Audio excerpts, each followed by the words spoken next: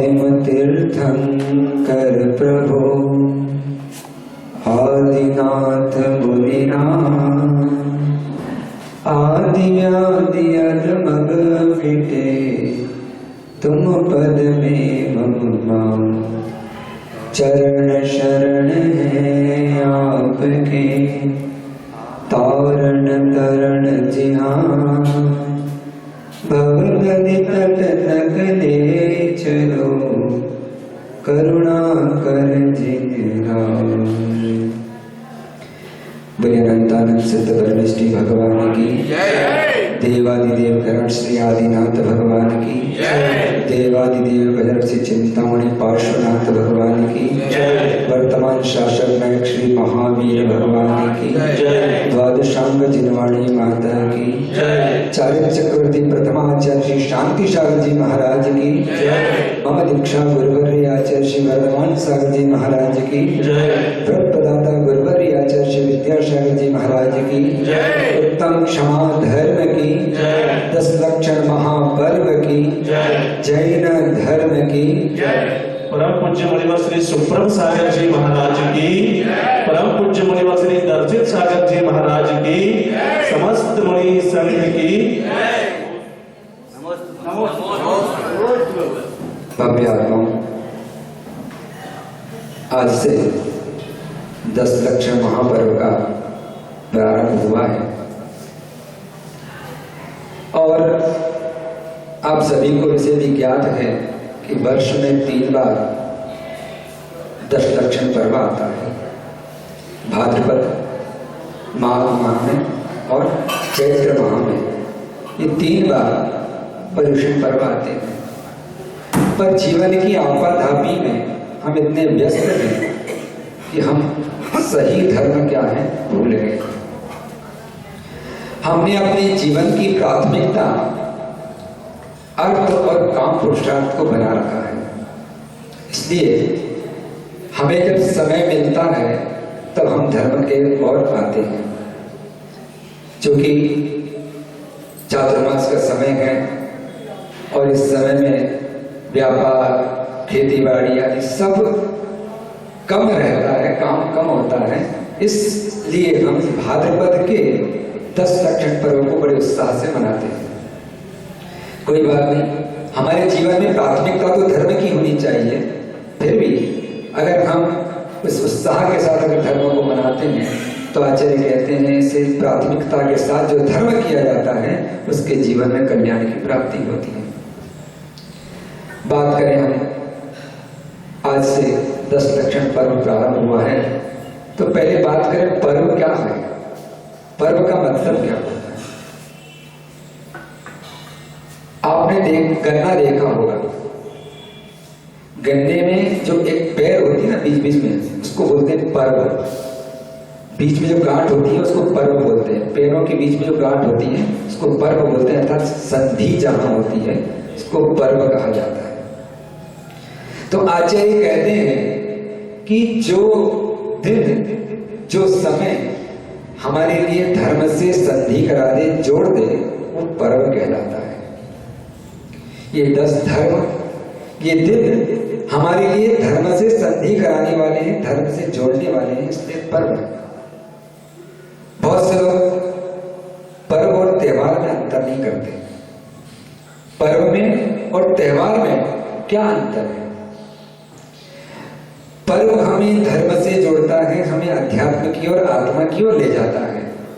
पर त्योहार में क्या होता है? मनोरंजन, और वो हमें बाहर की ओर ले जाने वाला होता है त्योहार। अब देखना जितने भी त्योहार हैं सब किस प्रकार से होते हैं।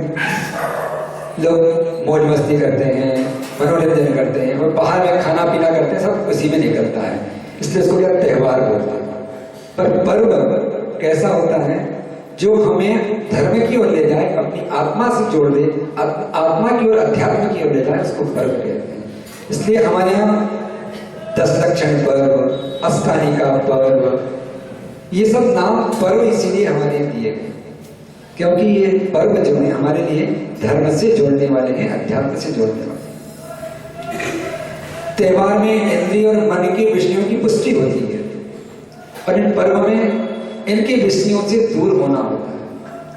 इसलिए इन पर्वों को हम उत्साह के साथ मनाते हैं ताकि हम अपनी आत्मा की ओर, अपने आत्म तत्व को जान सकें, आत्म तत्व की ओर पहुंच सकें। क्योंकि अनादिकाल से हम संसार में भटक रहे हैं और उन्हीं कई प्रकार के त्योहार मनाते रहते हैं, पर हम उस वास्तविक पर्व को नहीं मना पाते जो हमें आत्मा से जोड़ सकते।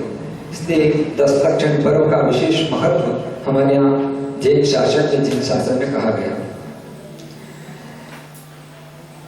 छठा काल जब आता है, उसका अंतिम समय आता है, तब जब प्रलय होता है, 7 दिन तक 7 प्रकार की कुवृष्टियां होती हैं। उन 50 दिन तक कुवृष्टियां जब होती है तो पूरी धरती 1 योजन तक पूरी जल करके समाप्त हो जाती है। इसमें जीव मात्र का कोई अस्तित्व नहीं बचता। पर जब श्रावण कृष्ण एकम से, जब उत्सर्पणी काल का प्रथम समय प्रारंभ होता है, प्रथम काल प्रारंभ होता है, उस समय श्रावण कृष्ण एकम से 7 दिन तक सुवृष्टियां होती हैं। और आप जोड़ लेना, श्रावण कृष्ण एकम से लेकर के उन 50 दिन कहाँ होते हैं?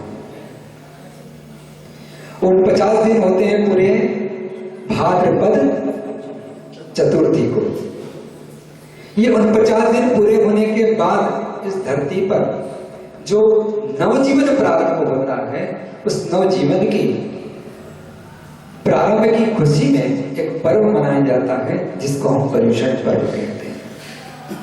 उसी दिन से जो विद्यार्थी की गुफाओं में जो मनुष्य पशु आदि छिपे हुए थे, वे सब उसी दिन बाहर आते हैं और एक नव जीवन का उत्साह मनाते हैं, उत्सव मनाते हैं। वे क्यों बचे थे? उनको पता है कि हम धर्म के कारण, कहीं ना कहीं हमें पूर्व ने धर्म किया था। छठे काल में धर्म नहीं है, पर पूर्व भाव में हमने कहीं ना कहीं इस प्रकार का पुण्य किया था, धर्म किया था कि उनको विजयात की गुफाओं में शरण मिली और उसी की वजह से वे उस प्रलय काल में भी बच गए। तो उसका एक नवजीवन के रूप में उत्साह मनाते हुए, वे उत्सव मनाते हुए इस पर्व को मनाते हैं।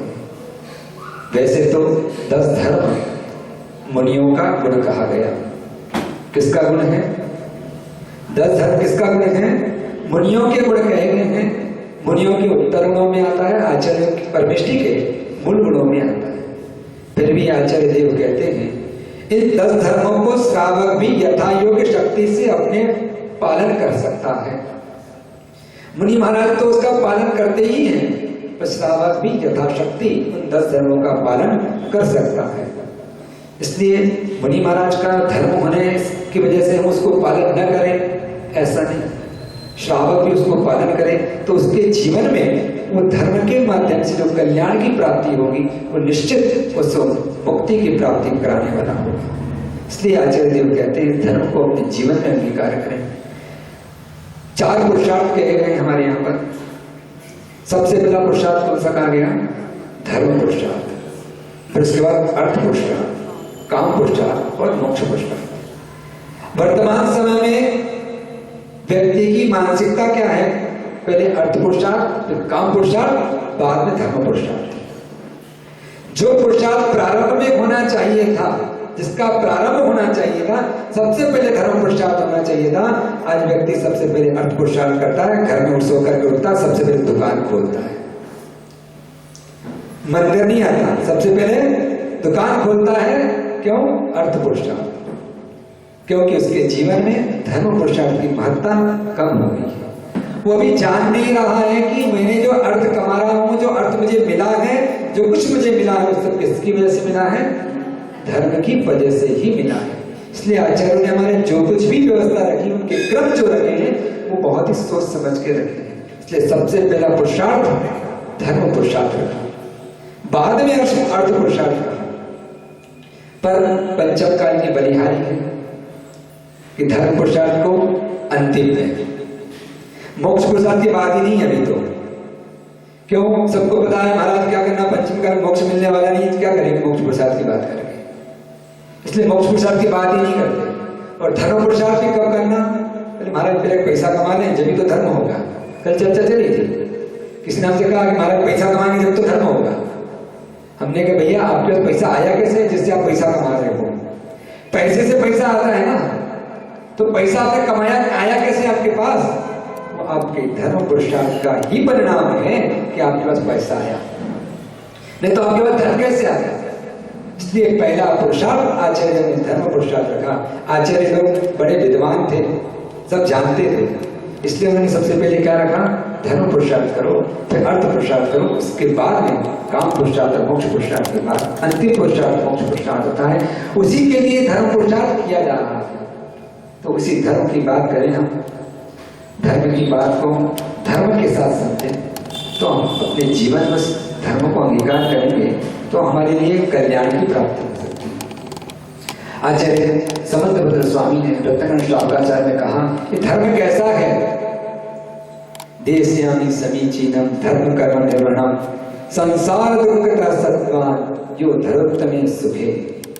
धर्म कैसा है? आचार्य कहते हैं देस्यामि समीचीनम, जो समीचीन है, और कैसा है? कर्म को नाश करने वाला है। और कैसा है? संसार दुखता, संसार के दुख से निकाल करके प्राणियों को जो सुख में रख देता है, सुख की प्राप्ति करा देता है, ऐसा धर्म है।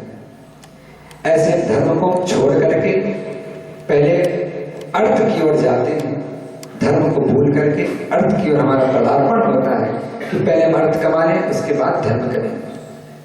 तो आचार्य कहते हैं उस धर्म के माध्यम से तुम्हें सुख की प्राप्ति होगी। अगर तुम धर्म कर लोगे तो अपने आप तुम्हारे लिए अर्थ की प्राप्ति हो सकती है। अभी हमको किसी ने बताया कि महाराज जी हमने इतने की बोली ली, और बोली लेने के बाद भी मैं दुकान गया, दुकान जाने के बाद मालूम पड़ा कि गोले में 10 रुपए की बढ़ोतरी हो गई भाव में। गोला, खोपरा गोला। यहाँ बोली लेके मंदिर में गए, दुकान पे जाकर के पता हुआ कि गोले की भाव में 10 रुपए की वृद्धि हो गई। तो हमने कहा भैया धर्म किया, धर्म का फल तत्काल मिलता है, पर हम क्या करते हैं? धर्म को सोचते हैं कैसे करें, बाद में कर लेंगे, पहले पैसा कमा लें फिर दान दे देंगे तो मिल जाएगा। इसलिए आचार्य कहते हैं पहले धर्म करें, धर्म पुरुषार्थ करें। आज का दिन उत्तम क्षमा का दिन है। क्षमा का अर्थ क्या है? क्षमा क्या है? आचार्य कहते हैं मुझमें जिसमें सामर्थ्य होने के बाद में भी दूसरों की गलतियों को जो माफ कर दे, भूल जाए, वो क्षमा है। क्या कहा? हमारे लिए सामर्थ्य है उसका प्रतिकार करने की, उसका बदला लेने की, फिर भी हम दूसरे की गलती को क्षमा कर दे, माफ कर दे, भूल जाए, तो ये वास्तविक क्षमा है। क्षमा का अर्थ क्या होता है? कहते हैं माफी, धैर्य पूर्वक माफी देना। क्षमा शब्द में 2 शब्द हैं, क्ष अर्थात क्षमता, और मां से माफी। क्षमता होते हुए जो माफ करता है उसको क्षमा कहते हैं। मुझमें क्षमता है, मैं बदला ले सकता हूं, मैं इसका प्रतिकार कर सकता हूं, फिर भी मैं उसकी गलती को भूल जाता हूं, माफ करता हूं, ये क्षमा कहलाती है। हम लोग क्या करते हैं? फॉर्मेलिटियां पूरी करते हैं। कैसे? महाराज जी उत्तम क्षमा, हो गया काम। एक दूसरे से उत्तम क्षमा। या पुराने जमाने में पोस्ट कार्ड निकलता था, पोस्ट कार्ड डाल देते थे, हो गई क्षमा। आजकल नया जमाना है, व्हाट्सएप पर मैसेज भेज देते हैं, हो गई क्षमा। आचार्य कहते हैं क्षमा किससे मांगनी जाती है? आचार्य ने तो वैसे कहा खम्मा सर्वे जीवानाम सर्वे जीवा खमंतु में, मैं सब जीवों को क्षमा करता हूं, सब जीव मुझे क्षमा करें। ये प्रतिदिन प्रतिक्रमण के पाठ में मुनि महाराज और व्रती लोग प्रतिदिन के प्रतिक्रमण पाठ में करते हैं। खम्मा में सर्वे जीवानाम सर्वे जीवा खमंतु में मैत्री में सब भूतेषु वैरम मज्जत केण। मेरा सभी से मैत्री भाव है, किसी से वैर भाव नहीं है। सभी प्राणी मात्र से, संसार के सभी प्राणियों से क्षमा मांगना हमारा कर्तव्य है। अभी क्षमा धर्म की जब पूजन की जा रही थी, उसमें कहा गया पृथ्वी का ही, जल का ही, अग्नि का ही, वायु का ही, वनस्पति का ही, त्रस का है। त्रस का है 2 इंद्रिय, 3 इंद्रिय, 4 इंद्रिय, असंगी पंचेंद्रिय, पंचेंद्रिय, सब जीवों के प्रति अगर मेरा कोई विरलता का भाव हुआ, कोई दोष हुआ हो, उनके प्रति कोई असाधना हुई हो, उनकी कोई विरलता हुई हो, उन सबसे मैं क्षमा याचना चाहता हूँ, क्षमा चाहता हूँ। प्रत्येक प्राणी से क्षमा मांगना हमारा कर्तव्य है। फिर भी लौकिक व्यवहार में किससे क्षमा मांगते हैं बताइए? लौकिक व्यवहार में किससे क्षमा मांगते हैं? जिससे हमारा कोई लेना देना नहीं, बातचीत अच्छे से करते हो, उठते बैठते हो, सब उनके साथ सब करते हो, उन्हीं से क्षमा मांगते हैं। कभी आपने उससे क्षमा मांगी जिससे आपका झगड़ा हो? वर्षों से नहीं जिससे बोले उसे कभी क्षमा मांगी नहीं। तो वास्तविक क्षमा तो जब ही हो जाएगी होगी जब जिससे आपका कोई बोलचाल नहीं हुआ, बंद हो, सालों से बोलचाल आपका बंद हो और आप उससे जाकर के क्षमा मांगो, तो वास्तविक क्षमा है। नहीं तो हम जिससे रोज मिलते हैं, उठते बैठते हैं, बोलते हैं, उसे क्षमा मांगने से क्या मिलेगा?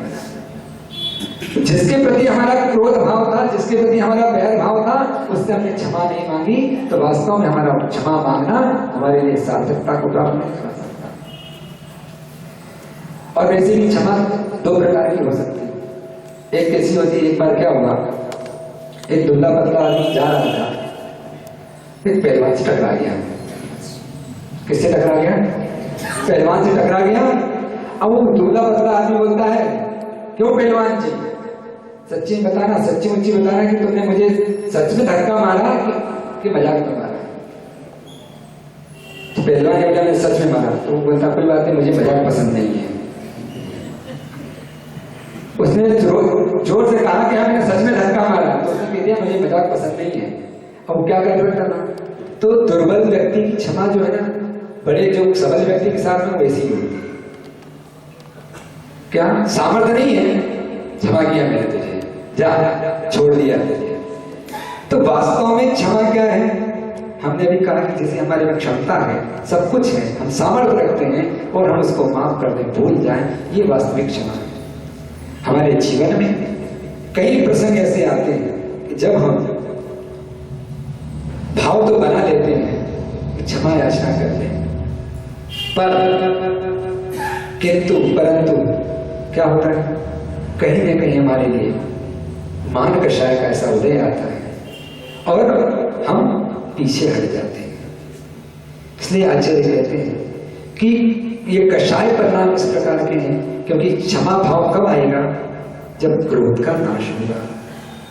क्रोध का नाश हुए बिना क्षमा भाव उत्पन्न नहीं हो सकता। आपके मन में कहीं अगर क्रोध भाव बसा हुआ है तो आप क्षमा का भाव ला नहीं सकते, क्षमा याचना कर नहीं सकते। आपकी किसी के प्रति दुश्मनी है, शत्रुता है, तो आपके मन में उसके प्रति कहीं ना कहीं क्रोध भाव बैठा हुआ है, क्रोध कषाय आपकी तीव्र जागृत है। और आचार्य कहते हैं अगर 6 माह से अधिक कषाय मन में रह गई तो ध्यान रखना वो अनंतानुबंधी कषाय में परिवर्तित हो जाती है। और अनंतानुबंधी कषाय अनंत कर्म को, अनंत संसार को लाने वाली है, विद्यात्म में ले जाने वाली है। आचार्य कहते हैं सबसे पहले किस कषाय को समाप्त करना है? तो कहते हैं क्रोध कषाय को समाप्त करना है। क्यों? क्योंकि क्रोध कैसा है? आत्मा की वैभाविक परिणति है, आत्मा का स्वभाव नहीं है। क्रोध करना आत्मा का स्वभाव नहीं है। क्रोध करना तो कषायों की वजह से वैभाविक परिणति, बाहर से आई हुई परिणति है। आत्मा का स्वभाव तो क्या है? क्षमा करना, क्षमा भाव धारण करना, क्षमा को धारण करना, ये आत्मा का स्वभाव है। उस स्वभाव की प्राप्ति के लिए पहले हमें उस विभाव परिणति को हटाना होगा, क्रोध को पहले हमें अलग करना होगा, जब जाकर के हमारी वो आत्मा में जो क्षमा भाव है वो क्षमा भाव प्रकट हो सकता है। नहीं तो हमारी आत्मा अनादिकाल से संसार में कषाय परिणामों के साथ भटक रही है। क्रोध कषाय को करते हुए चले आ रहे हैं और क्रोध कषाय का परिणाम हम देख लें कि हमारे जीवन में आपने कई बार अनुभव किया होगा कि बहुत अच्छा परिणाम नहीं मिलता। कषाय करने का बहुत अच्छा, क्रोध करने का बहुत अच्छा परिणाम नहीं मिलता। आप देख लीजिए जो इस व्यक्ति को क्रोध आता है उसका चेहरा पहले लाल हो जाता है, होता है, आंखें लाल हो जाती है, पूरा शरीर कांपने लगता है, हाथ पैर धुजने लगते हैं। क्यों? इसने क्या कहा? क्रोध को अग्नि के समान कहा है। आग लगती तो कैसी होती है? लाल होती ना। लाल होने के बाद उसकी लपटें कैसी हिलती रहती है। बिल्कुल एकदम जब धड़कती हुई अग्नि हो तो कैसी एकदम वो होती है, ऐसे ही व्यक्ति को जब क्रोध आता है तो उसके हाथ पैर हिलते हैं और वाणी भी उसकी लड़खड़ाती है, वो जत्वा तत्वा बोलने लगता है। इसलिए आचार्य कहते हैं क्रोध जब आता है तो व्यक्ति की सबसे पहले क्रोध आने पर उसकी बुद्धि पर प्रहार होता है, उसकी बुद्धि उस समय सबसे पहले उसकी बुद्धि समाप्त हो जाती है और वो यत्वा तथा प्रवृत्ति करता है और साथ में युद्धा तथा वाचन करता बोलता है, बकता रहता है। इसलिए क्रोध कषाय हमारे लिए शरीर के लिए भी हानिकारक है। वैज्ञानिकों ने सिद्ध किया है, डॉक्टरों ने सिद्ध किया है, जिसने जो क्रोध करता है उसके शरीर में जो रक्त कणिकाएं हैं, सफेद रक्त कणिका, श्वेत रक्त कणिकाएं, वे श्वेत रक्त कणिकाएं बहुत तीव्रता के साथ समाप्त होती है, क्योंकि वे श्वेत रक्त कणिकाएं हमारे शरीर में क्या करती हैं, हमें हमारे शरीर को रोगों से लड़ने की क्षमता प्रदान करती है और क्रोध करने से उस क्रोध के माध्यम से श्वेत रक्त कणिकाएं तीव्रता के साथ समाप्त होती हैं, कम होती हैं, जिससे हमारे लिए रोग की उत्पत्ति जल्दी हो सकती है। जो क्रोध करता है वो जल्दी बीमार पड़ सकता है। अब अनुभव आप सब लोगों के पास में क्रोध करने का, क्रोध हमने किया हो तो हमें क्या नुकसान हुआ उसका, क्योंकि जीवन में ऐसा किसी का ऐसा कोई प्रसंग नहीं आया होगा कि कभी किसी ने क्रोध न किया हो। सबने अपने जीवन में कभी ना कभी कोई क्रोध ऐसा किया होगा और उसका उन्होंने अपने जीवन में हानि भी उठाई होगी। इसलिए आचार्य कहते हैं इस क्रोध कषाय को छोड़ करके अपने जीवन में जो क्षमा भाव धारण करता है, क्षमा को अपने जीवन का अपनाता है, उसके लिए कल्याण का मार्ग शीघ्र प्राप्त हो सकता है। क्योंकि जीव मात्र के प्रति हमें जो करुणा क्षमा भाव रखता है, उसके लिए आचार्य देव कहते हैं कि वे तीर्थंकर प्रकृति का बंध कर सकता है। जीव मात्र के प्रति करुणा भाव रखने वाला ही तीर्थंकर बन सकता है। इसलिए प्रतिदिन के प्रतिक्रमण पाठ में जो पाठ किया जाता है, खम्मा में सभी जना, इसीलिए किया जाता है कि मैंने जो दोष किया हो, किसी जीव की विराटता, कोई जीव को मुझे इससे कष्ट हुआ हो तो मुझे इसके लिए क्षमा करें। आज अवसर है आप लोगों के लिए, क्षमा धर्म का दिन है, क्षमा दिन यही कहता है कि हमारे जीवन में जिनसे हमारा अनबोला हो, जिनसे हमारा शत्रु भाव हो, जिससे हमारे विचार न मिलते हों, उनसे हम क्षमा याचना करें। क्या मेरे द्वारा अगर आपके कोई दिल पर, आपके हृदय में कोई ठेस पहुंची है तो उसके लिए क्षमा करें, क्योंकि हमारे वाणी के द्वारा भी दूसरों को ठेस पहुंचती है। वो वाणी हमें क्रोध में निकली हुई वाणी होती है तो वो उसके लिए हानिकारक हो जाती है। इसलिए आचार्य देव कहते हैं कि हमारे लिए जीवन में क्षमा धर्म को धारण करने से हमारे लिए सबसे बड़ी बात कही गई कि अगर क्षमा हमारे जीवन में नहीं आती है तो हम कभी भी किसी और के सामने झुक नहीं सकते। इसलिए आचार्य कहते हैं सबसे पहले क्षमा भाव मन में लाया जाए, जिसके माध्यम से अपने जीवन का हम उत्थान कर सकें। और आचार्य कहते हैं कि यहाँ पर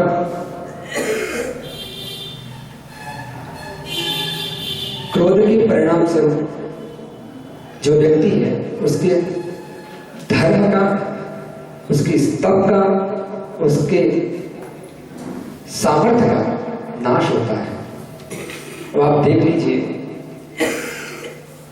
दीपायन मुनि ने कितनी तपस्या की कि मैंने रिद्धि संपन्न हो गए, रिद्धि संपन्न थे, पर क्रोध कषाय में आकर के उन्होंने अपना अहित किया। तपस्या जो उन्होंने की थी उस तपस्या का उन्होंने समूल नाश कर दिया और उसकी वजह से उन्होंने स्वयं को दुर्गति की प्राप्ति। इसलिए आचार्य कहते हैं क्रोध कषाय के माध्यम से हजारों वर्षों की तपस्या भी कैसी है, नष्ट हो जाती है।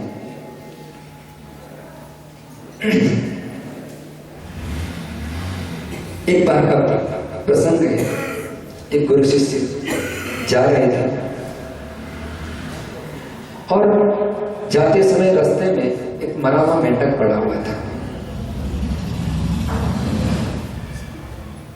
चूंकि वे दिगंबर साधु थे, इडियापत से चलने का उनका नियम था, पर जब चल रहे थे तो गुरु का ध्यान नहीं रहा और उस मरे हुए मेंढक पर पैर रखा गया। शिष्य का ध्यान उस ओर चला गया। तब उसने गुरु से कहा, हे भगवान, आपका पैर मेंढक के ऊपर रखा गया है। गुरु ने उसकी बात को ध्यान नहीं दिया, चलते रहे। आगे जाकर के उसने सोचा, गुरु ने शायद सोचा नहीं होगा, सुना नहीं होगा, तो शिष्य ने पुनः कहा, हे गुरुदेव, आपका पैर मेंढक पे रखा गया, ये बहुत अच्छा नहीं हुआ। फिर भी गुरु ने कोई जवाब नहीं दिया। स्थान पर पहुंचे, प्रतिक्रमण का समय हुआ। प्रतिक्रमण करने के बाद शिष्य ने पुनः कहा, गुरुदेव, आज बिहार में बहुत बड़ा अनर्थ हो गया, आपका पैर मेंढक के ऊपर रख गया। अभी तक तो गुरु थोड़े संभले हुए थे। जैसा ही शिष्य ने प्रतिक्रमण के बाद ऐसा कहा तो गुरु क्रोधित हो गए। तू मुझे सिखाएगा, तू मुझे बताएगा कि मैंने क्या गलती की है। और उस क्रोध के आवेग में आकर के उस शिष्य को मारने के लिए दौड़े। शिष्य ने बचने की कोशिश की और जैसे वो बाहर निकला तो शिष्य जैसे बाहर निकला तो गुरु उसके पीछे दौड़े और बीच में खंभा था, उस खंभे से टकरा गए गुरु और उनको इतनी अधिक चोट लगी और वे उसी समय उनका आर्तरोध परिणामों के साथ में प्राणांत हो गया। और कहा जाता है कि वो मर करके त्रियंश योनि को प्राप्त हुए और वे चक्रकोशित नाम के सर्प बने, जो कि भगवान महावीर स्वामी के सामने फन फैला करके खड़ा हुआ था। उस क्रोधाग्नि में उन्होंने अपनी वर्षों की तपस्या भंग कर ली और वे त्रिंच पर्याय को प्राप्त हुए। इसी प्रकार अगर हम बहुत समय तक धर्म करते रहते हैं, सब करते हैं, यहाँ मंदिर में धर्म करके गए, सब कुछ किया, और घर जाकर के बच्चों पर, बहू पर, पति पर, सासू पर क्रोध किया तो क्या हुआ? क्या होगा? जो यहां सारा धर्म करके गए वो सब साफ। जब वो एक शिष्य के ऊपर इस प्रकार की तपस्या करने वाले साधु, उनका क्रोध करना उनकी हजारों साल की तपस्या समाप्त कर सकता है, तो हम अगर यहाँ थोड़ा सा धर्म करके जाते हैं और घर जाकर के वो क्रोध कषाय करते हैं तो क्या होगा हमारा? वो तो त्रियंच पर्याय को प्राप्त हुए थे। आप मन में विचार करें कि हमारा क्या होगा। इसलिए आचार्य कहते हैं कि क्रोध कषाय, क्रोध अग्नि इतनी तीव्र है कि आदमी व्यक्ति के सारे पुण्य को जला करके और उसके लिए नरक गति तक प्राप्त करा सकती है। इसलिए ऐसे क्रोध से हमें बचना है। और क्रोध से बचने के लिए उपाय आचार्य ने कहा, क्या कहा? सबसे बढ़िया उपाय है आप सबके प्रति क्षमा भाव धारण करते हुए मन में विचार करें कि मेरे कर्म का उदय है। सामने वाला जो कुछ भी कह रहा है, कर रहा है, मेरे कर्म का उदय मात्र है। ऐसा अगर मन में भाव एक बार आ जाए तो आप ध्यान रखना, आपका क्रोध कषाय अपने आप समाप्त हो सकती है। कोई भी सामने वाला जो कुछ भी कर रहा है वो सब कुछ मेरे ही कर्म का उदय है, मेरे ही इस प्रकार का कर्म बांधा है, उसकी वजह से हो रहा है। सामने वाला तो निमित्त मात्र है। अगर आप उसको निमित्त मात्र मान के चलेंगे और अपना उपादान कर्म मान के चलेंगे तो आप उस कषाय से बच सकते हैं। आचार्य के लिए क्रोध क्यों उत्पन्न होता है? तो कहते हैं 5 प्रकार से क्रोध उत्पन्न होता है। एक तो हमारे स्वार्थ की पूर्ति में बाधा उत्पन्न हो जाए तो क्रोध उत्पन्न होता है। हमारा कोई स्वार्थ था, उसमें कोई बाधा उत्पन्न कर दे तो क्रोध उत्पन्न हो जाता है। या कोई हमें दुर्वचन कह दे तो क्रोध उत्पन्न हो जाता है। या फिर कभी कभी गलत फहमी में भी क्रोध उत्पन्न हो जाता है। या आचार्य कहते हैं विचार भेद होने से भी क्रोध उत्पन्न होता है। या पूर्वाग्रह के कारण क्रोध उत्पन्न होता है। पूर्व में ही हमने उसके प्रति ऐसी कोई धारणा बना रखी है, उसकी वजह से भी क्रोध उत्पन्न हो जाता है। तीसरे व्यक्ति ने हमको आकर के कह दिया कि वो फलाना व्यक्ति ऐसा ऐसा, उसने ऐसा ऐसा कहा, ये पूर्वाग्रह हमारा बन गया और हमारे लिए फिर बाद में सामने व्यक्ति आया तो हमें क्रोध उत्पन्न हो जाता है। तो आचार्य कहते हैं 5 कारणों को अगर हम दूर कर दें और मान के चले कि मेरे ही कर्म का उदय है, सामने वाला तो निमित्त मात्र बन रहा है, तो हम उस क्रोध कषाय से बच सकते हैं और अपना जो स्वभाव है क्षमा धर्म, उसको अपन जीवन में ला सकते हैं। इसलिए हमारा आप सबसे कहना है अपने जीवन में आत्म तत्व की प्राप्ति के लिए सबसे पहले कषाय जो है, क्रोध कषाय को अगर समाप्त करेंगे, समाप्त करना आप लोगों के लिए संभव नहीं है, गृहस्थ जीवन में रहते हैं, माला में बहुत मुश्किल होता है। इसलिए कम से कम उस कषाय को मंदता के साथ में करें, मंद कर दें उस कषाय के लिए। जितना हम उस कषाय को मंद करेंगे उतना हमारे परिणामों में विशुद्धि बढ़ेगी। और आचार्य कहते हैं विशुद्धि बढ़ने से क्षोभ बढ़ता है, और उस विशुद्धि को क्षोभ को बढ़ाने के लिए हमें कषाय की मंदता करना, बंद करना अनिवार्य है। उसी के साथ ही हम मंदता के साथ में ही धीरे धीरे उसका एक प्रयास करें कि कषाय हमसे छूट जाए, समाप्त हो जाए, उसका प्रयास हमारे जीवन में होना चाहिए। जीवन में कभी भी ऐसा प्रसंग आए कि कोई व्यक्ति हमारे सामने क्रोधी आ रहा है तो हम उस प्रसंग में यही मान करके चले कि मेरे कर्म का उदय हो रहा है, मेरे कर्म के उदय में इस प्रकार की व्यवस्था बन रही है, और उस व्यवस्था को अगर हम अपने जीवन में समझ सकें, क्योंकि जिसने कर्म सिद्धांत को जान लिया है, कर्म सिद्धांत को समझ लिया, वो कभी भी दूसरे पर क्रोध नहीं कर सकता। ये अपने जीवन में कर्म सिद्धांत को समझते हुए उस क्षमा भाव को प्राप्ति के लिए हमें अपने जीवन से क्रोध कषाय को निकालना होगा, क्रोध कषाय को समाप्त करना होगा, और उस क्रोधाग्नि पर क्षमा रूपी पानी डालना होगा, ताकि हम अपनी आत्मा का अकल्याण न कर सकें। हम आत्मा का कल्याण करना चाहते हैं तो उस क्रोध कषाय को समाप्त करें और अपने जीवन में क्षमा को धारण करें। आप सबके जीवन में क्षमा भाव उत्पन्न हो, आप सभी अपने जीवन में क्षमा को धारण कर सकें, ऐसी मंगल भावना के साथ खम्मामि सर्वे जीवाणां सर्वे जीवा भवन्तु मे मेत्ति मे सर्वभूतेषु वैरं मज्जन्ति केणवी वैरं मज्जन्ति केणवी।